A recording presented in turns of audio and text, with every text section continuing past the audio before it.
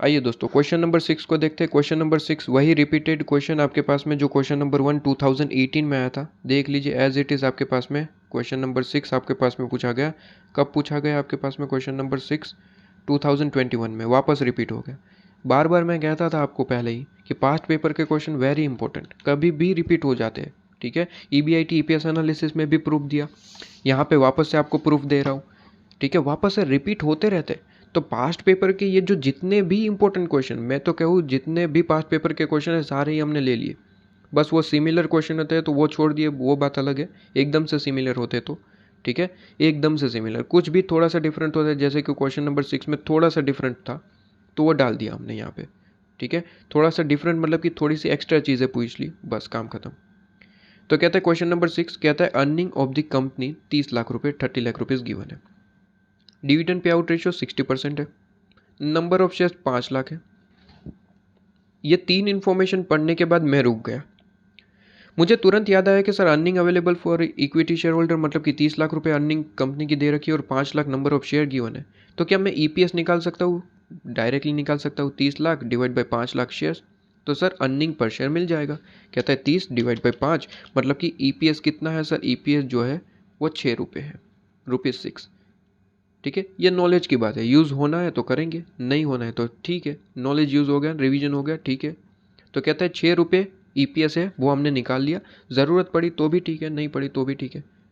अच्छा, ज़रूरत तो पड़ेगी क्योंकि dividend pay out ratio 60% given है। डिविडेंड को अमाउंट में तो गिवन नहीं है, तो सीधी सी बात है ये परसेंटेज किसके साथ मल्टीप्लाई करोगे तो डिविडेंड अमाउंट मिलेगा। सीधी सी बात है EPS का, क्योंकि dividend pay out ratio EPS का ही होता है। कहते हैं EPS का जितना अमाउंट है उसका 60% करोगे तो डिविडेंड पर शेयर मिलेगा। डिविडेंड पर शेयर कब मिलेगा? EPS का 60% करोगे तो। EPS तो कितना है? 6 रुपये। 6 रुपये का 60% करो इंटू 60%, तो आपको डिविडेंड का अमाउंट मिलेगा। डिविडेंड पर शेयर 3.6 मिलेगा। ज़रूरत तो वैसे भी पड़ेगी, सीधी सी बात है। चलो, कहता है रेट ऑफ रिटर्न R 15% है और KE इक्विटी कैपिटलाइजेशन रेट मतलब कि KE 13% गिवन है। क्या पूछा है? कहता है रिक्वायर्ड है, डिटरमाइन करिए what would be the market value as per Walter model. तो वॉल्टर मॉडल का सबसे पहले फॉर्मूला पुट करो, बाकी की बातें बाद में करेंगे। वॉल्टर मॉडल का सबसे पहले फॉर्मूला पुट कर दिया। अब एक एक करके वैल्यू निकालने हैं। सर पी तो निकालना है, मार्केट वैल्यू, इसकी जगह कोई वैल्यू नहीं रखना, ऐसा P ही रहने दो। बाकी सारी वैल्यू पुट करो। कहते हैं D कितना होगा? सर D तो अभी अभी निकाल दिया, ऐसे ही फ्लो में निकल गया। कैसे? कहते हैं कि सर 30 लाख आपके पास में अर्निंग है, 5 लाख नंबर ऑफ शेयर है, तो 30 डिवाइड बाई 5 लाख करा, EPS मिल गया। अब जैसे ही EPS 6 रुपये मिल गया, हमें पास में 60% डिविडेंड पे आउट रेशियो है, तो इंटू 60% कर देंगे तो डिविडेंड का अमाउंट मिल जाएगा। कितना? 3.6। खत्म। तो वर्किंग नोट में ये दिखा भी देंगे। कहता है डिविडेंड आपके पास में पे आउट रेशियो 60% है, EPS का ही होता है always. Retention ratio and dividend pay out ratio always भी EPS का ही होता है, क्योंकि EPS के ही ये 2 पार्ट है। ठीक है, इससे एक चीज़ भी क्लियर होती है आपको अगर समझ आए तो। कहता है 60% अगर डिविडेंड पे आउट रेशियो है तो 40% क्या होगा? Retention ratio. ठीक है, 50 बार रिपीट हो चुका है लेक्चर से लेके अभी तक, 50 बार आपको बता चुका हूँ, ये 50 बार रिपीट करा है मैंने। तो कहते हैं EPS का 60% मतलब कि आपके पास में 3.6 वैल्यू पुट कर दी, डिविडेंड।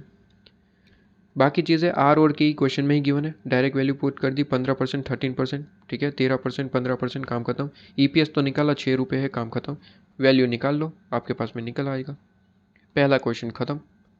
इसके बाद नेक्स्ट क्वेश्चन क्या पूछा? नेक्स्ट क्वेश्चन है कंप्यूट करिए optimum dividend pay out ratio according to Walter's model and the market value भी निकालिए। देखिए इतना ही क्वेश्चन पूछा होता तो काम खत्म होता। वॉल्टर मॉडल के हिसाब से optimum dividend pay out ratio compute करिए। अच्छा, कंप्यूट करने के लिए कहा है ना, तो कंप्यूट करने के लिए कहा तो इसका आंसर सिंपली हमें 0 या फिर 100% देना था। मतलब कि आपके पास में यहाँ पे देखना था कि R ज़्यादा है या फिर KE।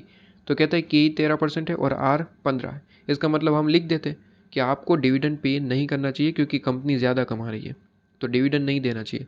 तो बस इसका आंसर तो हमारे पास में सीधी सी बात है, कह देते कि dividend optimum dividend pay out ratio should be 0 because R is greater than KE।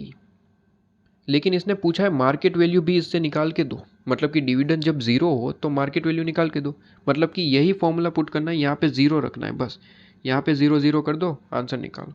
तो वही चीज़ है, देखो कहता है optimum dividend pay out ratio should be 0 because आपके पास में R जो है वो ज़्यादा है KE से। और दूसरा इसने साथ पूछा कि मार्केट वैल्यू निकाल के दो, तो डिविडेंड की जगह 0 पुट करेंगे, बाकी वैल्यू एज इट इज़ 15 13 15 13, 6 रुपये, काम खत्म। ठीक है, तो ये आपके पास में निकल आएगा मार्केट प्राइस। लो जी, बहुत ज़्यादा सिंपल क्वेश्चन, बहुत ज़्यादा सिंपल क्वेश्चन।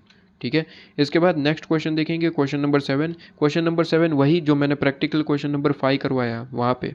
ठीक है, आपके पास में आईसीएम मॉड्यूल में लेक्चर में, तो लेक्चर में जो प्रैक्टिकल क्वेश्चन नंबर 5 करवाया और मैंने वहाँ पे कहा था कि पास्ट पेपर में भी एक क्वेश्चन है, तो आपके पास में रिवीजन हो जाएगा। तो वो वही क्वेश्चन आपके पास में, सेम क्वेश्चन, सिर्फ अमाउंट चेंज कर दिया और क्वेश्चन पूछ लिया। कब? देखिए दिसंबर 2021 में। Same to same question, same language, same वही चीज़। देखिए इंट्रिंसिक वैल्यू पूछा है, इंट्रिंसिक वैल्यू का मतलब मार्केट वैल्यू मैंने कहा था आपके पास में लेक्चर में। इसके बाद ओवर प्राइस है, अंडर प्राइस है, वो पूछा है। वही same question, same to same, no change आपके पास में, नो चेंज। क्लियर है? आइए नेक्स्ट क्वेश्चन में देख लेते हैं आपके पास में।